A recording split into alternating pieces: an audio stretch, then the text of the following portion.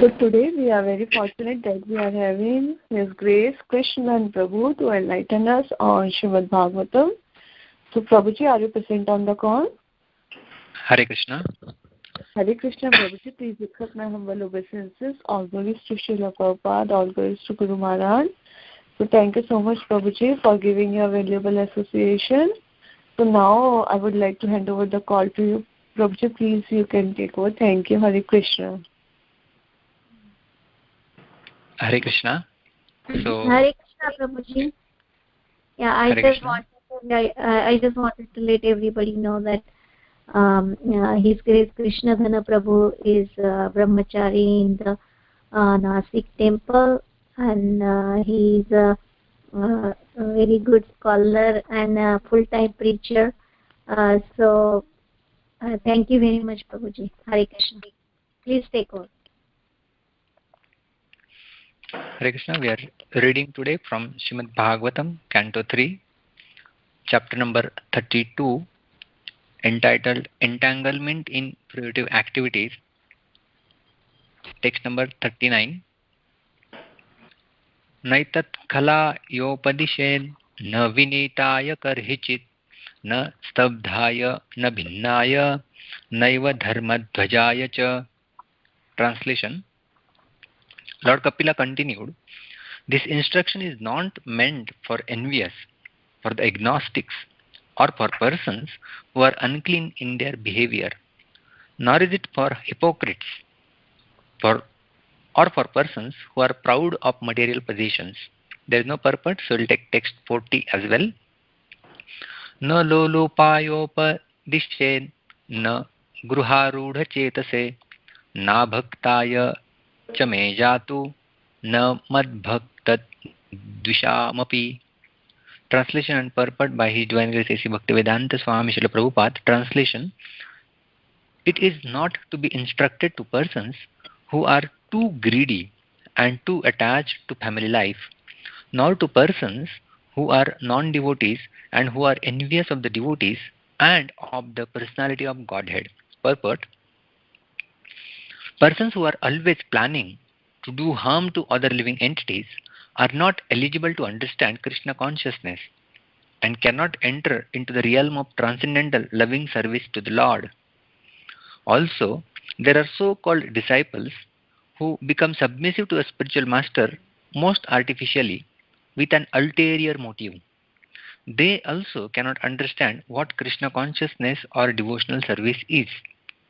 Persons who, due to being initiated by another sect of religious faith, do not find devotional service as the common platform for approaching the Supreme Personality of Godhead, also cannot understand Krishna consciousness. We have experienced that some students come to join us, but because of being biased in some particular type of faith, they leave our camp and become lost in the wilderness. Actually, Krishna consciousness is not a sectarian religious faith. It is a teaching process of understanding the Supreme Lord and our relationship with Him. Anyone can join this movement without prejudice, but unfortunately, there are persons who feel differently. It is better, therefore, not to instruct the science of Krishna consciousness to such persons. Generally, materialistic persons are after some name, fame, and material gain. So if someone takes to Krishna consciousness for these reasons, he will never be able to understand this philosophy. Such persons take to religious principles as a social decoration. They admit themselves into some cultural institution for the sake of name only, especially in this age. Such persons also cannot understand the philosophy of Krishna consciousness. Even if one is not greedy for material possessions, but is too attached to family life, he also cannot understand Krishna consciousness. Superficially, such persons are not only greedy for material possessions, but they are too attached to wife, children, and family improvement. When a person is not contaminated by the above mentioned faults, yet at the ultimate issue is not interested in the service of the Supreme Personality of Godhead, or if he is a non-devotee, he also cannot understand the philosophy of Krishna consciousness. Om Ajnanatimirandhasya Jnananjanashalakaya Chakshuronmilitam Yena Tasmai Shri Gurave Namaha. Namaha Om Vishnupadaya Krishna Presthaya Bhutale Srimate Bhaktivedanta Swami Nitinamine. Namaste Saraswate Deve Gauravani Pracharine Nirvishesha Shunyavadi Paschatya Deshatarine Vancha Kalpatarubhyascha Krupa Sindhubhya Evacha Patitanam Pavanebhyo Vaishnavebhyo Namo Namaha. Jaya Sri Krishna Chaitanya Prabhu Nityananda Sri Advaita Gadadhar Srivas Adi Gaura Bhakta Vrinda. Hare Krishna Krishna Krishna Hare Hare Hare Rama Rama Rama Hare Hare. Hare Krishna. Welcome all of you for this session discussing from Srimad Bhagavatam Canto 3, Chapter 32, text number 39 and 40. We are almost reaching the end of this chapter number 32, which is entitled as Entanglement in Puritive Activities, wherein Kapil Muni is now almost concluding his teachings to Mother Devahuti. So Kapil Muni, actually in the last two verses, 37 and 38, he has summarized all his teachings. Still now he has imparted to his mother. So text number 37 and 38, he summarizes. So what is the summary he gives? My dear mother, I have explained to you the process of devotional service and its identity in 4 different social divisions. How a devotional service has to be followed in all the varnashramas, that he explained. And I have explained to you as well how eternal time is chasing the living entities, although it is imperceptible to them. So how time moves, that also has been explained by Lord Kapila in great detail till now.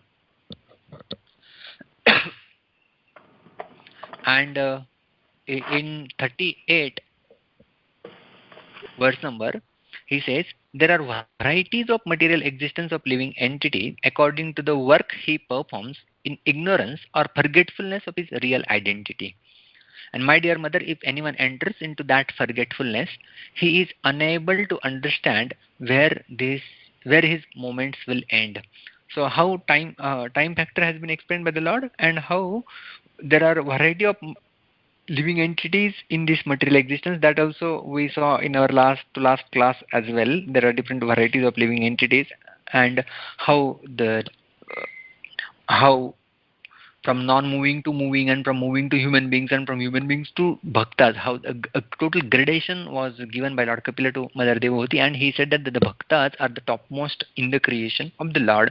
After describing this teaching, after concluding his teachings, now in these two verses, verse number 39 and 40, Lord Kapila is telling Mother Devahuti that who cannot understand this message, what I have told to you till now. And in the next two verses, verse number 41, 42, he will tell who can understand or appreciate or assimilate this message of Bhagavad Dharma. So now, in these two verses, number 39 and 40, Kapil Muni has specifically enlisted 9 categories of people who cannot fathom, who cannot understand the central message of Krishna consciousness, or we can say to whom not to preach. That is what also we can learn from these two verses. So we'll see what are these 9 categories Kapil Muni is mentioning, to whom one should not disclose this science of Krishna consciousness, and then we'll see what Srila Prabhupada mentions in the purport. So these 9 categories, what have been enlisted by Kapila Muni, they are as like, the first one is Khala. He says, Naitat Khalaya. Khala means one, Srila Prabhupada translate Khala as envious. There is also another meaning of Khala, means basically a wicked person, a crooked hearted person, wicked person is Khala. In these movies they have this Khalanayak. there is Nayak means hero and Khalnayak is villain.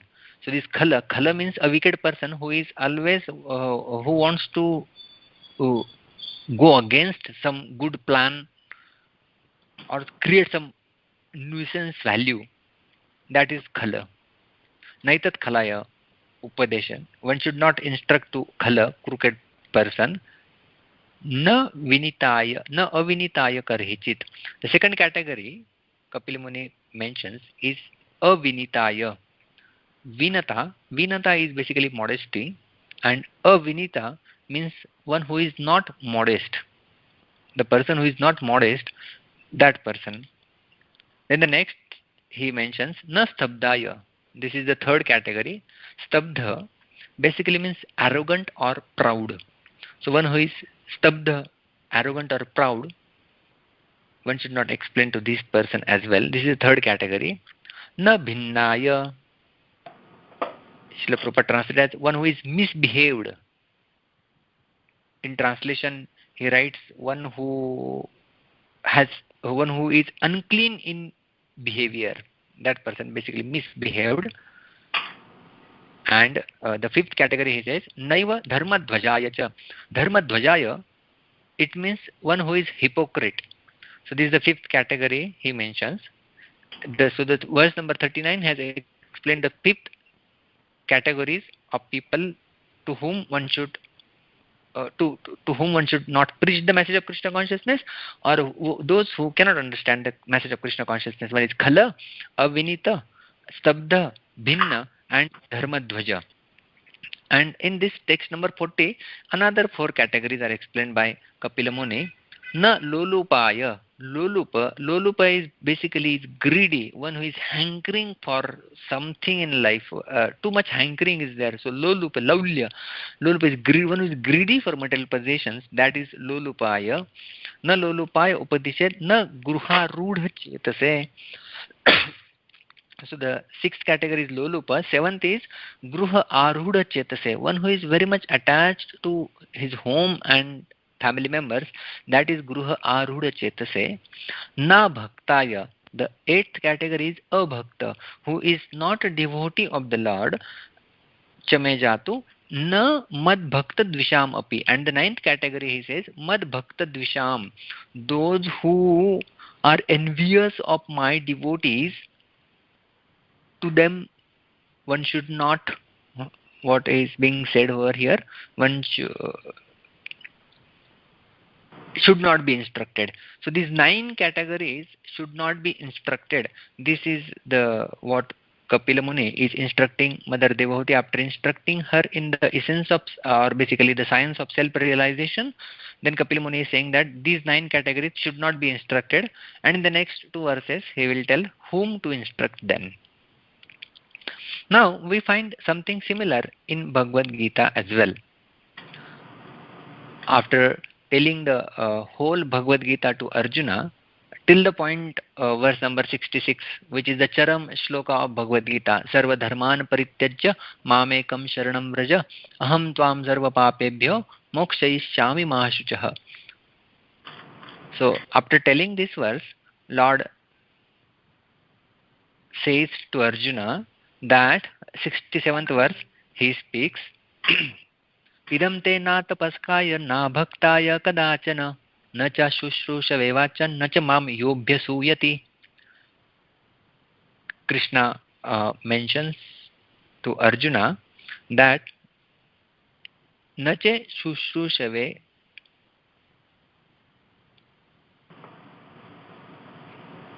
he says that ya idam paramam guhyam, I have told you whatever this secret knowledge. Ya idam idam te na tapaskaya, those who are not austere. Na abhaktaya kadachana, those who are not devotees of the Lord.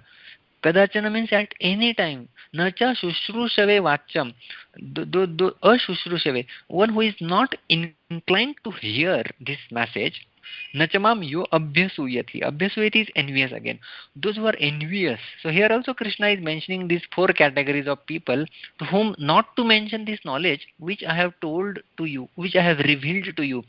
Na tapaskaya, those who are not austere. Na bhaktaya, those who are not devotees. Na cha shushrushave, those who are not inclined to hearing the process. And abhyasuyati, and those who are envious. To those people, you should not reveal this message. Lord Krishna said this to Arjuna after telling the secret, or basically after instructing the whole Bhagavad Gita, or in the conclusion what we said, Sarva Dharman Prati, after explaining this science, then Lord Krishna is saying that do not disclose this. And rather than afterwards, in the next verse, he says, Ya idam paramam guhyam madbhakteshvabhidhasyati bhaktim mai parakurtam kurtva mame vaishyatya samshayah. For one who explains this supreme secret to devotees, then he says, Ya idam paramam guhyam madbhakteshvabhidhasyati. Those who discuss this with devotees, bhaktim mai param kurtva, they will attend topmost devotional service, and mame vaishyatya samshayah, they will come to me.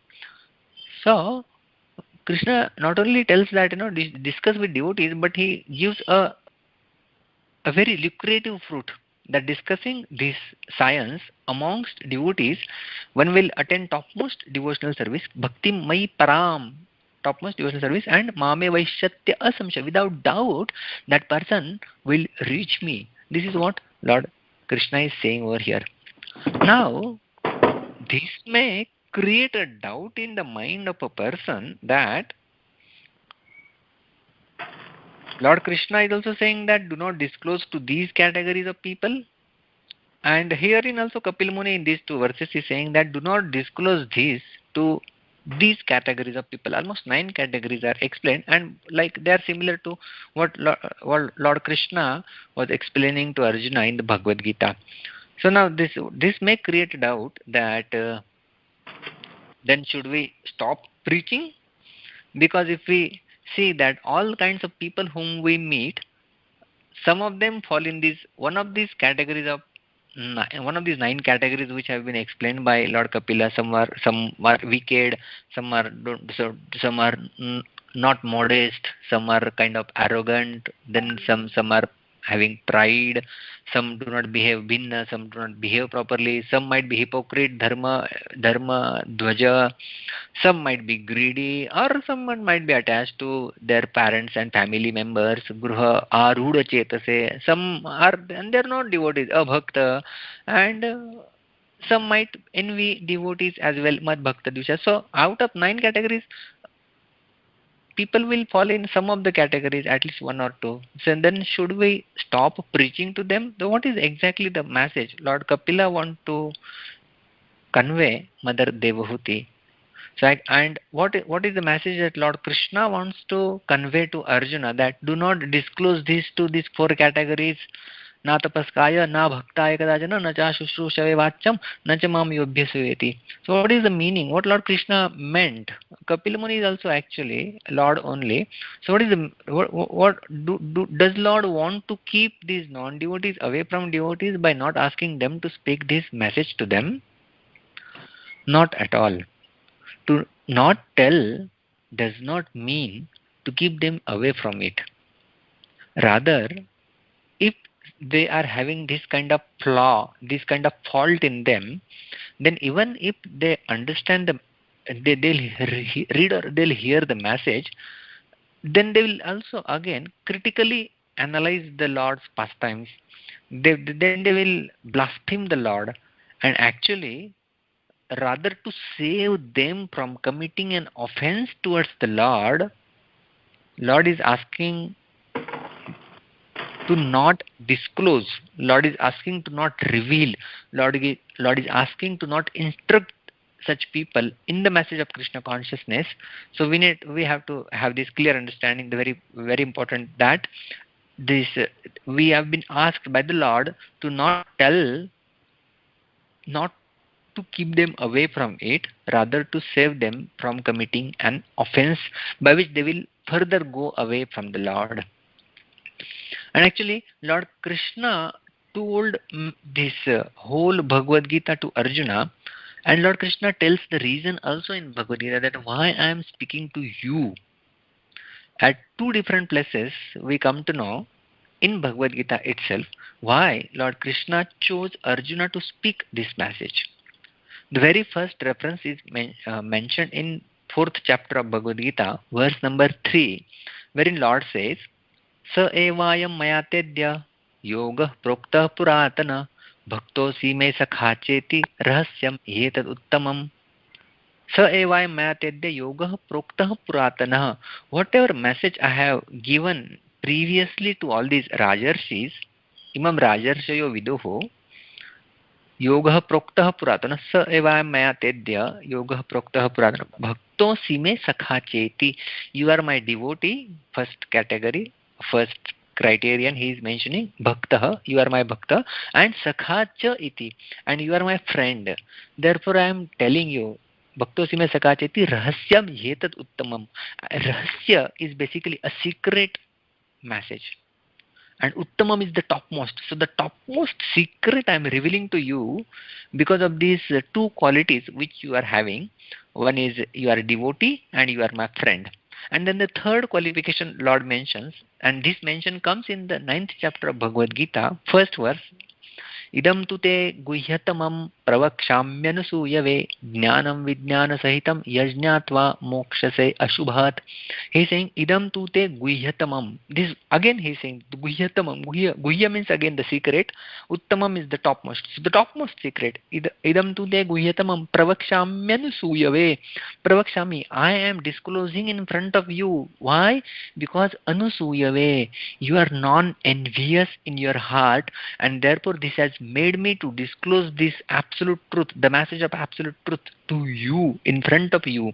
So these three criterions Lord is saying that because of which I am disclosing this truth to you, this instructing this message unto you. So the three are Bhakta, Sakha and Anusuyave. He is non-envious.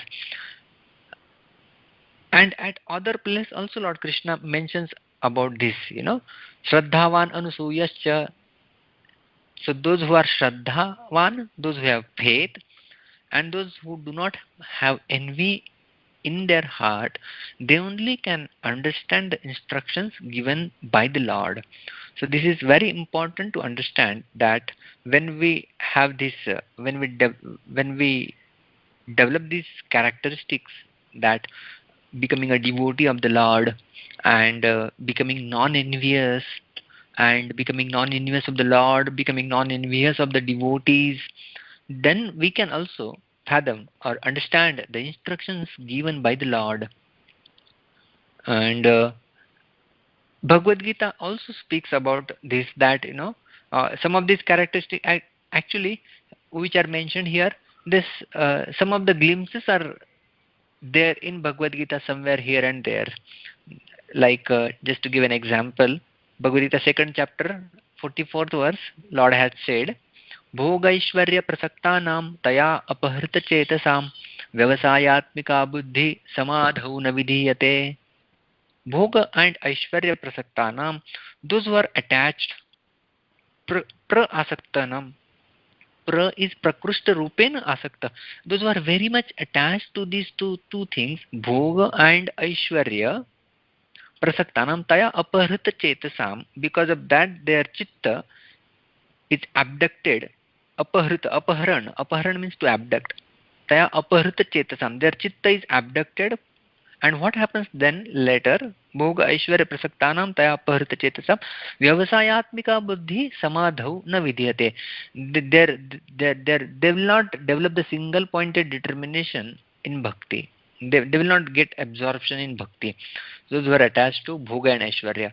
So these two characteristics again, being attached, being prakrushta rupena asakta to Bhoga and Aishwarya. So basically this is synonymous with what we can say over here, laulupya in this verse. Laulupya means those who are greedy. And attachment is there mentioned, gruha arudha chetase. So samadhau na vidhyate. Then samadhi for such persons is very difficult. So this has been coming at various places. In Srimad Bhagavatam also at various places this has been mentioned.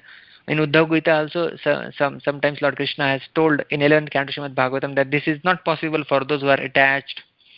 And so in Bhagavad Gita also this is coming. And today's verse also Kapila Muni is instructing that who cannot understand this message and whom to not tell this message. And actually we can understand this, in from this survey that Srila Prabhupada's books have been distributed in millions. Someone has sent the statistics when ISKCON completed 50 years that almost 51 or 52 crores of Bhagavad Gita have been distributed worldwide. But now, how many people have been able to understand this message? That there are not that many devotees have become by those many distribution, those much distribution of Bhagavad Gita. So the point is that they might receive it, but they will not grasp it. Those who have these 9 attributes mentioned in today's verse by Kapila Muni, that then they will not be able to fathom, they will not be able to understand, they will not be able to apply those whatever they learn through this. So the knowledge do not enter into the heart of these persons who are envious actually. And those who are envious because their mind is always disturbed and they cannot see things as they are. So, like, just to give an example, like Dhritarashtra. If you take the example of Dhritarashtra, many of these qualities are found in him, which are mentioned in today's verse. He was not modest, he was wicked, arrogant, proud, misbehaved, a kind of hypocrite, was showing something else and was something else. He was greedy, greedy for the Rajya, kingdom.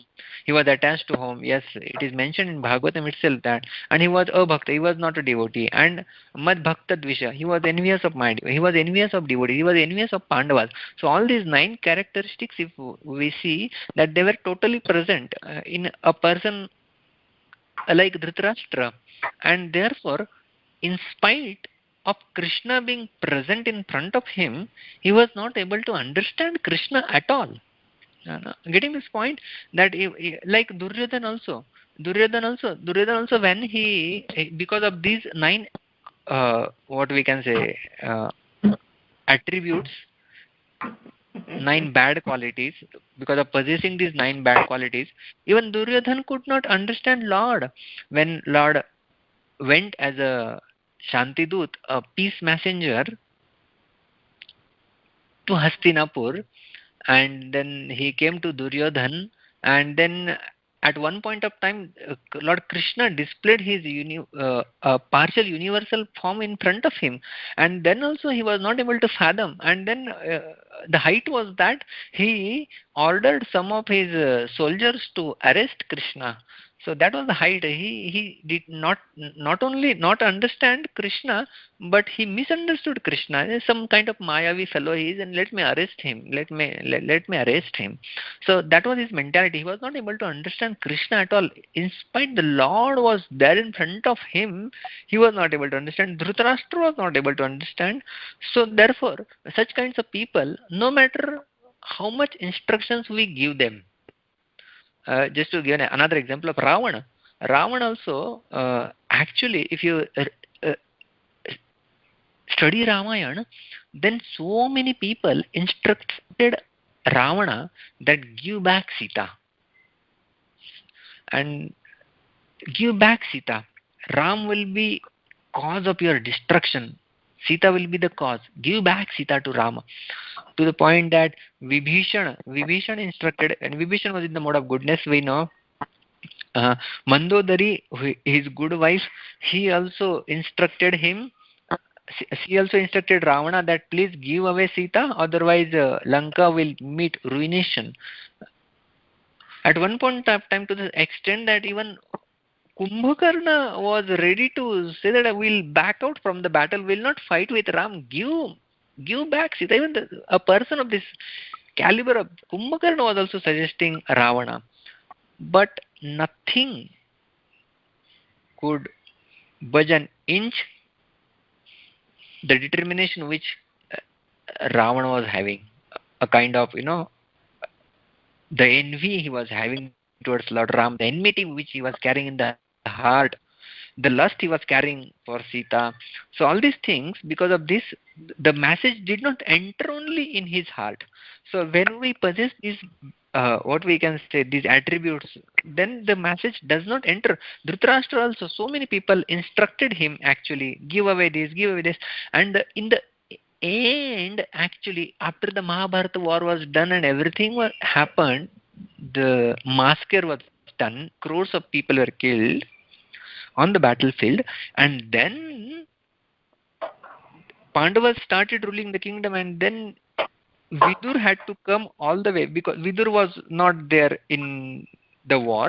He had gone on a pilgrimage because he did not wanted to take part in the fight, and then he came back, and after coming back, then he almost scolded Vidura that what are you doing, man? Here so much attached you are living on the pieces of bread thrown by Bhima.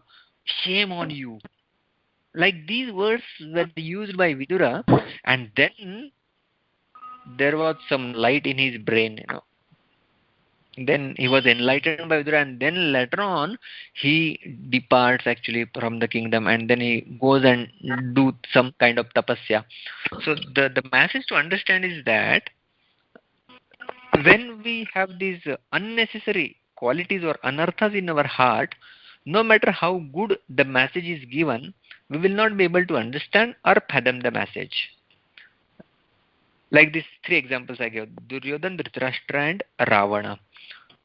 So we'll not be able to understand the message when we have these unwanted anarthas in our heart. Or to give an example, that there has to be a proper patra to hold something tangible. To hold something tangible, we need a patra, a good patra we need. And that what is that patra is a heart possessed with all good qualities, that becomes the patra, and in which bhakti can be accommodated. Like it's being said that lioness, her milk cannot be contained in the ordinary pot, so the pot has to be very very special, something like some people say it has to be made up of diamonds, then only that can sustain, otherwise made up of, should be of gold, then only it can sustain, otherwise no other material can sustain the strength of that milk of lioness. So similarly, this process of bhakti cannot be accommodated in the heart of a person who is greedy, who is envious, who is hypocrite, who is arrogant, who is unmodest, who is wicked, who misbehaves. So therefore we need to learn from this. Actually, this verse is basically teachings, giving us a teaching that to receive this knowledge we need to get rid of these effects from us. We need to get rid of all these bad effects, ill effects from our heart. Otherwise we can't understand the knowledge which is there available to us. It is available to us, but will be of no use to us if we don't possess, if we don't develop these qualities which are required to understand the message. There is a Sanskrit verse which says Lochanabhyam vihinasya darpanam kim karishyasi. Lochanabhyam, lochan means eyes, Lochanabhyam vihinasya. If you don't have eyes, Lochanabhyam vihinasya darpanam kim karishyasi. Darpana means mirror. If you don't have your eyes, then what is the use of mirror to that person? So similarly, if we don't develop these good qualities, if we don't develop this non-enviousness, being humble, meek, modesty, if we don't develop this, try to develop these qualities, then then bhakti will not fructify from our heart. So therefore the message to learn from this verse for us is that we need to inculcate these good qualities which Lord Kapila, actually these next two verses Lord Kapila tells them instruct, and they are basically all these qualities opposite to the qualities which we are discussing today. So one should be humble, one should be not be having pride, and one is having shraddha. So basically the opposite of this he mentions in the next two verses, and then said to these people one should instruct because they can understand. So the essence is that we have to develop these qualities to such an extent that the knowledge goes in our heart. Now actually it's a cyclic. Now again the question might be raised that then if we are not able to develop these qualities, then does it mean that the bhakti will not fructify? Actually, we are. It's a dual way. It's like we are practicing bhakti, and bhakti, the sincerity element while practicing the bhakti will help us fetch these good qualities simultaneously. As mentioned in Srimad Bhagavatam, Yasyasti Bhaktir Bhagavati Akinchana Sarvair Gunaistatra Samasate Sura. So when those who practice bhakti process, fifth canto, this mention is there.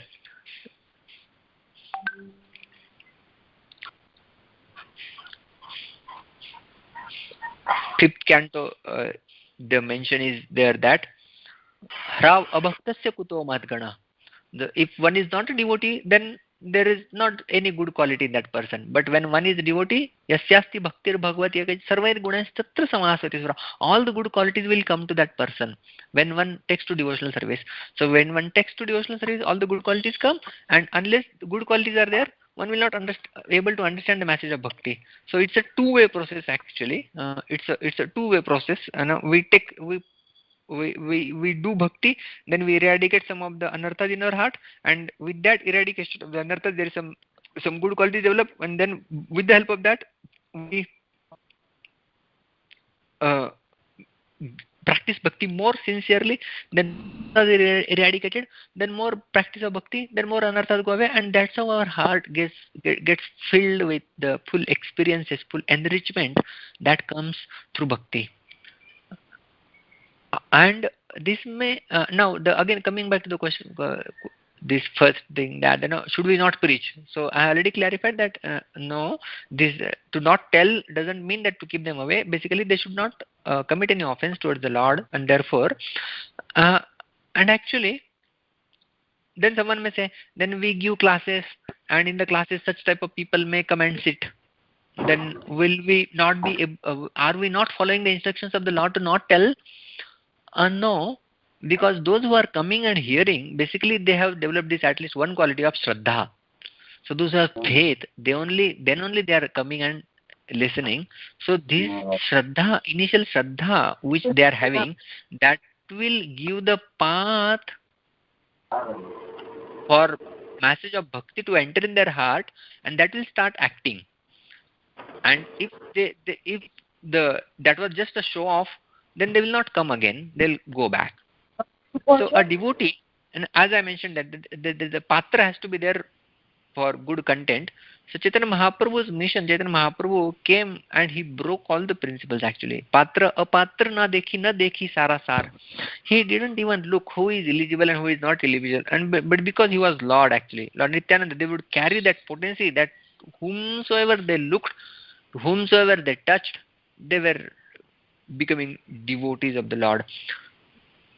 And this is basically a sincerity, and being not carrying any ulterior motive in the heart. That is basically a connection of a disciple with the spiritual master.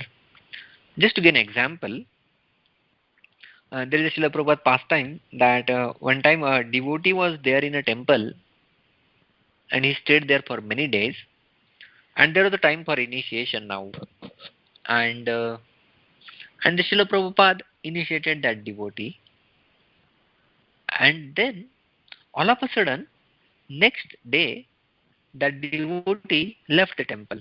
He got what he wanted. What he wanted was initiation. So he got what he wanted and he left the temple. And then the devotees reported this to Srila Prabhupada, that Srila Prabhupada, this person got initiation from you and now he has left the temple, and not only he has left the temple, he is not following any of the principles as well. And then Srila Prabhupada said, I never initiated him. I never initiated him. And all the devotees were taken aback. Yesterday he was there, you initiated him, you gave him a name, you gave him a mala, he participated in the initiation yagya, sacrifice. And then Srila Prabhupada said, all these are actually externals. Now having a bead, putting a tilak, and receiving a name, They are all external forms of initiation, but the actual initiation is basically your heart is submitted at the lotus feet of the spiritual master. Diksha kale bhakta kare atmasamarpan, sei kale Krishna kare tare atmasam. So this Chaitanya Charitamrita describes that what is Diksha process actually. It's not some mechanical form. It's basically a process of surrender. Diksha kale bhakta kare atmasamarpan. One who does atmasamarpan, one who surrenders to the Lord, that person is actually a initiated person. So if someone carries an ulterior motive, then that person may come and go. And Srila Prabhupada actually here mentions in this purport as well. He mentions in the purport that we have the experience. If you have heard the purport, Srila Prabhupada writes, we have the experience that some students come and join us, but because of being biased in a particular faith, they leave our camp and they become lost in wilderness.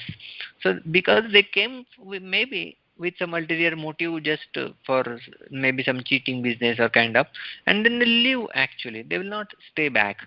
So that is the fate, that is their faith actually. And therefore how Arjuna could connect to Krishna, how Arjuna uh, received the message of Krishna is through the process of surrender. In the second chapter 7th verse actually, he surrendered to Krishna. कार्पण्यदोषोपहत स्वभावः पृच्छामि त्वां धर्मसम्मूढचेता यच्छ्रेयस्यानिश्चितं ब्रूहि तन्मे शिष्यस्तेऽहं शाधि मां त्वां प्रपन्नं. शिष्यस्तेऽहं शाधि. Now I am your disciple. And what kind of disciple he says? Mam tvam prapannam. I have surrendered my life unto you.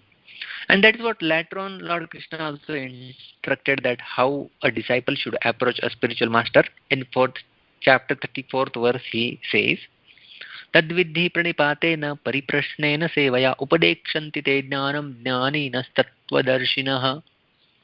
Tadvidhi pranipatena. Understand that vidhi by pranipat means first is sharanagati, pranipat surrender, pranipat pariprashnena submissive inquiry, and sevaya by menial service. So by these three things, if we possess tadvidhi pranipat pariprashna and sevaya, upadekshanti te jnanam jnaninas tattvadarshana. They have seen the truth and then they will instruct. Actually, they can they can instruct anyone and everyone, but basically upadekshanti te jnanam jnaninas tattvadarshinaha. They have seen the truth and they can actually instruct anyone, but who will be able to fathom? Those who possess these three qualities, pranipata, pariprashna and sevaya. And actually these three qualities are basically opposite to all the 9 attributes mentioned today in the verse which is under discussion. So person is wicked, he will not surrender. Unmodest means he is proud, arrogant, proud, misbehave. So all these 9 attributes, the antidote or the qualities which are opposite to them are also talked about by Lord Krishna in this verse 4.34 what we are discussing. Pranipata, Pariprashna and Sevaya. So when we follow the bhakti practice with these 3 attributes and try to develop the qualities which Lord Kapila Muni is asking, then what will happen is our heart will become a place wherein bhakti can be accommodated, and once we give place to bhakti, then it will expand in our heart, and then there will be all material desires will become zero later on. Shunyaitam jagat sarvam govinda virahena me. And then we can experience, after understanding the knowledge, we can experience the higher rasas in bhakti. So this is very instructive actually. And when we follow this in our life, in our personal life, as well as in our preaching to others, then our life will be as per the directives of Gita and Bhagavatam. Thank you very much. Hare Krishna. Are there any questions anyone has?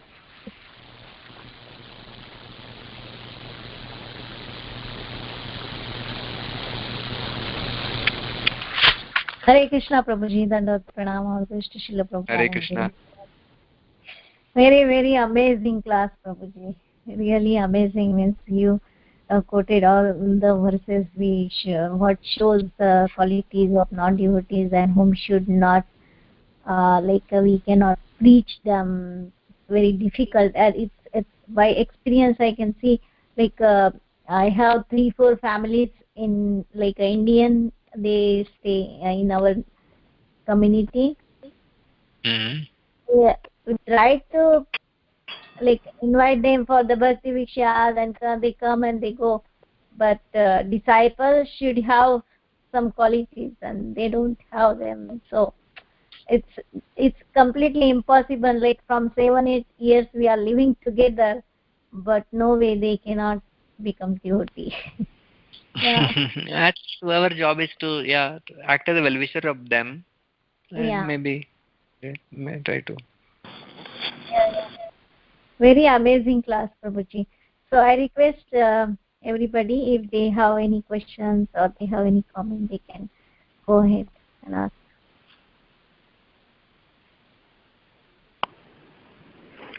Hare Krishna, Prabhuji. Please accept my humble obeisances.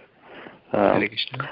Prabhuji, I was wondering at what point we should stop preaching to folks. So the challenge is often you don't know them. You start talking to them, and then you eventually find out, okay, they are not going to receive anything. But then by that time you had already developed some kind of relationship with them. It's often challenging. How to come out of it? Any suggestions? There is no demarcating line that you have to preach to this person to this point, this extent, and then they will. If they come, then they come. If they don't come, leave them. So we can't leave them like that. Even if we just be in touch with them, this is their first phase of association actually. Adu Shraddha, and then after Shraddha is Sadhu Sangha, and that's how the process starts. Bhajana Kriya. So they might not have taken to Bhajana Kriya, let us say, Adu Shraddha, Tata Sadhu Sangha, Tata Bhajana Kriya, and then there is Anartha Nivrutti Syat. So at least there are 9 steps. See, 9 steps bhakti. So Adu Shraddha and Sadhu Sangha. So at least it's our job then to provide them the Sadhu Sangha, invite them for the program, and if they are really then if they are taking up, then we have to facilitate them for the further progress. And if we see that they are not coming up, then we can be in good terms with them, but we don't focus our whole energy on them.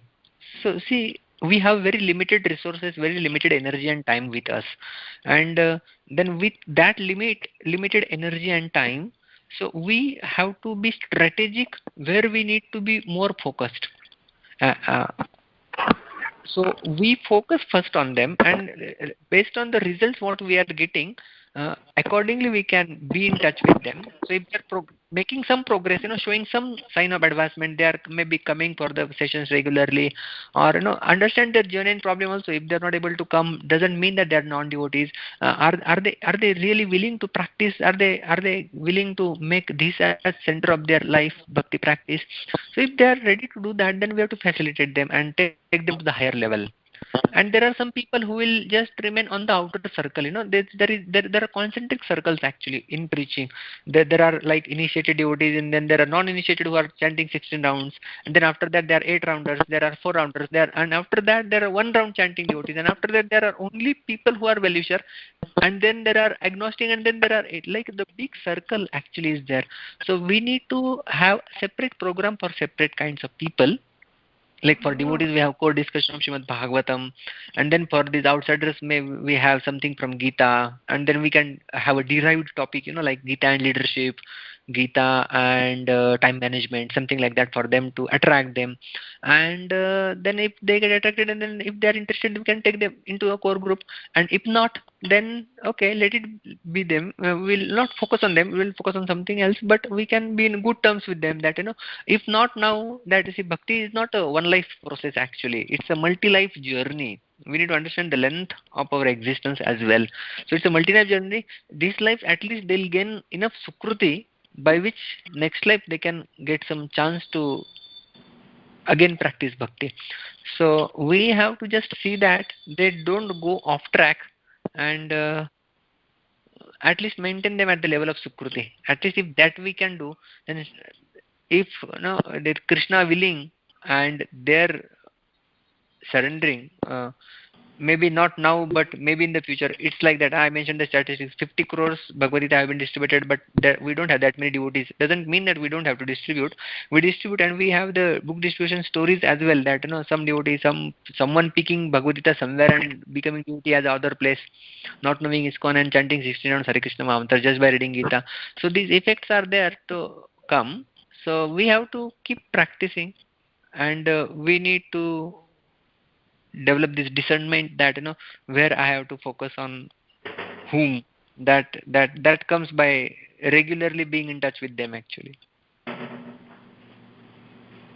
Wonderful. Thank you, Prabhu. So what I have seen is like we started preaching to some people. They actually, you mentioned this point that we should make sure that they don't go off track. But what I have seen is some people go off track, and they get into Mayavadi group, and they're still not able to accept. Then we have to just leave them, actually. They have to just leave them. Just if they come and go, we have a friendly relationship. Maybe we can give them some prasadam, as I mentioned, sukruti level. If that is possible, we could do that. Yeah. Thank you, Hare Krishna. Thank you. Hare Krishna, Prabhuji, related with this question, some of the, we are inviting for years and they are coming in Bhakti Vrakshan, but they are not getting change. They are still the same person, So, as you are saying that you have limited sources, and so we should continue to focus on them or just leave them? Because they are coming for more socializing, for prasadam, that's all. Not taking any instructions, not practicing anything in their life. So like socialization, like some people like that, See, not all people coming to Krishna are in the pure categories. Krishna himself says in 7th chapter Bhagavad Gita, Chaturvida bhajante mam janaha sukrutinarjuna artha jidnyasu artharthi jnani cha bhartarshava. So these are these categories who will come to me. So artha, those who are distressed, they'll come. Jidnyasu, those who are jigyasu, inquisitive. Artharthi, those who want money, they'll come. And jnani cha bhartarshava, those who are on the jnani platform, they'll come. So yes, any type of, then Krishna welcomes them, actually. He says in the end, Udara sarva evaite jnanitvat vaimamevatam asti sayuktatma mamevat. So he says that all are udar, they are magnanimous souls, at least they have come to me. So even if these people are coming for this, whatever their motives, but they will not get the true benefit of practice of bhakti, but at least they will be connected to something. So whatever they want, so not all the devotees actually they come for lecture, Some, like whenever we also conduct program, for lecture there are 20 people sitting, and then for kirtan 30 become, and then for prasad it becomes 50. So some people have these different intentions to come for the program. So let them come for that reason, and someday if the message clicks them, and then it's for their uddhar. And if it doesn't click, at least they have got some good sukruti with them. Next life they will practice. So we don't have to be like a judge that they're not advancing, you should not come, you're not doing anything, you should not come. We can't say like that. No. Obviously for the inner circles, when we should not, then we don't initiate them, actually. Then so then that will be cheating, and then they'll leave, and then the spiritual master will get the karma. So therefore we have to be like a goody term with them. Let them come for socialization if they want that. Very few will be intellectually interested. They will come. So whatever their interest, they'll take it.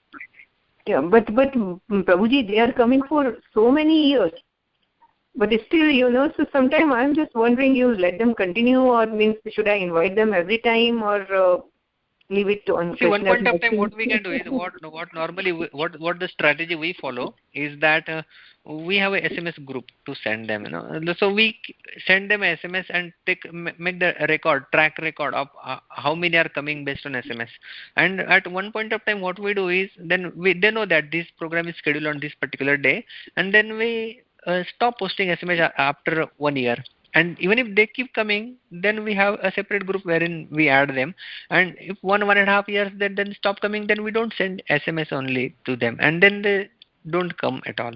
So we have then whoever comes without invitation, then that becomes like your core group. That test we can keep. That test we can do. Okay, Prabhuji, thank you.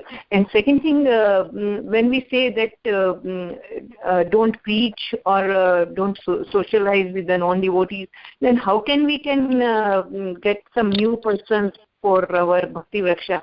We have to have talk to them, and we have to go to. Yeah. As I mentioned, we have to. Yeah, we are not saying we don't have to meet them. We don't have to socialize. See, not associating means basically.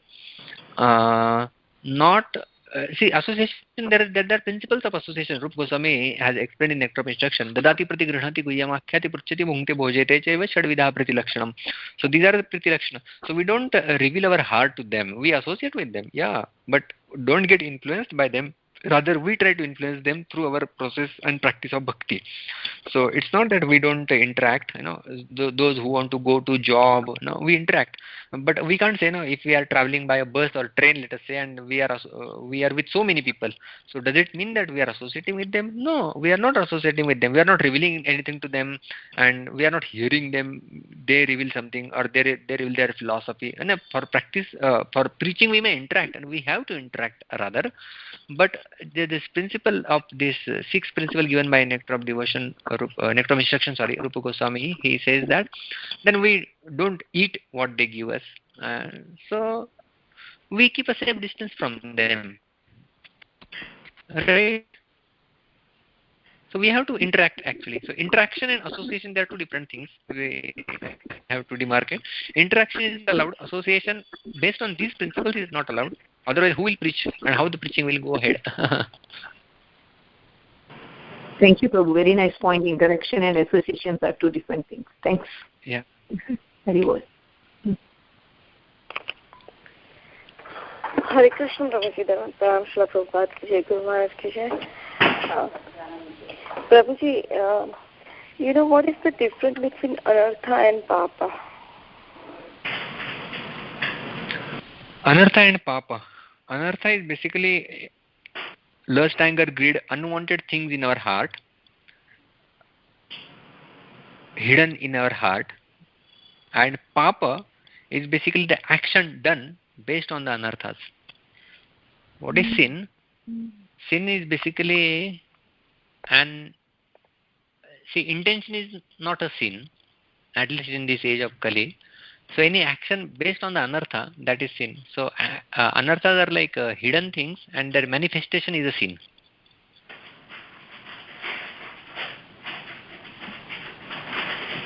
Okay. And Prabhuji, can I ask one more question, Prabhuji? Yes, please.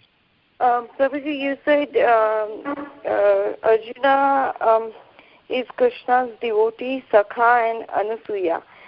So, what is the, Anasuya, that is enviousness. So, what is the real cause of enviousness? Is that the false ego? Real cause of envy. See, basically how envy arises in the heart. See, there are these 6 anarthas, lust, anger, greed, pride, envy, illusion. And how this envy comes into picture. Srimad Bhagavad Gita, 7th chapter, Lord Krishna has mentioned that how we came here into the material world primarily because of these 2 things. इच्छाद्वेष समुत्थेन द्वन्द्वमोहेन Bharat सर्वभूतानि सम्मोहं सर्गे yanti parantapa. Sarge means creation. What caused this creation is these two things: Ichha, a desire to enjoy separately from Krishna, and the second is Dvesha. Ichha Dvesha Samuthena. So this Dvesha, so these two primary things actually has got us in the material world. Ichha and Dvesha. Desire to enjoy separately from Krishna, and a hatred, Dvesha towards Krishna.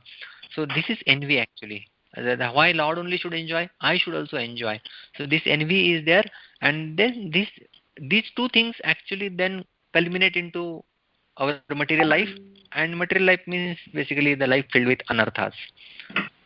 So they are origin actually. Ichha and Dvesh, they are origin, and because of that, all these anarthas they take different shape and forms basically.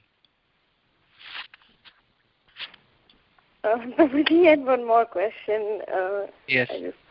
Prabhuji, so it's a very subtle thing that we only by chanting, we got to know little things from our mind that there is this, and before we couldn't even realize. So this is the enviousness is very subtle thing. Sometimes we don't know that that we are envious. So how can we easily figure out that we are envious here and there in our everyday life or everyday conversation or whatever we do? Yeah. How to figure out envy? This is your question? Yes, so envy, how to figure out envy is basically it's defined. Let me define first what is envy. Actually, the feeling of mortification and ill will occasioned by the contemplation of superior advantages possessed by another. If someone has something more than me, the feeling generated in the heart, the mortification or the ill will, getting the point? The mortification, the ill will generated in my heart when I see someone superior than me. Someone possessing more money than me, someone is more beautiful than me, someone is having someone more progressing than me, then the ill will generated in the heart is basically envy. So if you get a good news about others, then what are your feelings? That's how you judge whether you are envious or not. If someone gets something more than you, and then what is in your heart actually, then that will determine whether you are envious or not. And basically how to get rid of envy, then I have this formula actually, which I call it as IPS formula. IPS formula is basically identification, purification and satisfaction. I stands for identification. Identification means that we need to understand that I am the servant of the Lord and everyone else is a part and parcel of the Lord. Krishna is seated in everyone's heart. Aham sarveshu bhuteshu bhutatma avastitah sada tam avadnyaya mammartya kurute archa vidammanam. This is mentioned by Lord Kapila himself actually in the previous 29th chapter. Lord Kapila talks about this. So envious. So this is identification. We need to identify ourselves as the servant of the Lord and others as also the part and parcel of the Lord. And second is purification. Purification actually, Bhaktivinoda Thakur has ascribed different anarthas with different demons in Vrindavan. So he says that Kaliya represents envy. So the second point P stands for purification, means Kaliya actually, when he got that divine touch of lotus feet of Lord Krishna, then he was purified, and through that purification he became liberated from his anartha. So we also, by chanting, what happens actually, anarthopashamam sakshat bhakti yodam adhokshaje. What does bhakti do? It's anartha upashamam. Upashamam means to curb, to curtail, to subdue. So anartha upashamam sakshat. What happens actually, our anarthas are curtailed, our anarthas are diminished when we practice bhakti. So we need to take shelter of bhakti process seriously and also identify ourselves as servant of the Lord and others are also as the part and parcel of the Lord. So I is identification, P is purification, and S stands for satisfaction. Satisfaction means be satisfied with what you are. Sada santushta manasa sarva sukumaya adisha Sharkara Kantakadi Yatha Panutpada Shivam. Srimad Bhagavatam describes this that Sada santushta manasa, if your mind if your mind is satisfied, if you are satisfied with what you have, then there is no question of envy about other. Now, if I am satisfied with my 100 rupees, and if someone else get 110 rupees, then I will not have envy because I am satisfied with what I have. So the satisfaction virtue, if we cultivate in us, then there is no question of envy actually. So if we follow this IPS formula, identification, purification, and satisfaction, then we can treat envy to some extent or the other. Thank you so much, Prabhuji. Hare Krishna. Hare Krishna. Now it's time to leave, I think. 7 o'clock already. Yes, Prabhuji. Thank you very much. Thank you all very much. Hare Krishna. Yeah, let's pay our obeisances to all the devotees. Vancha kalpatarubhyascha kripa sindhubheva cha पतितानां पावनेभ्यो वैष्णवेभ्यो नमो नमः। अनंतकोटि वैष्णववृंद की जय। नमाचार्य श्रील हरिदास ठाकुर की जय। श्रील प्रभुपाद की जय। श्रीमद् भागवतम की जय।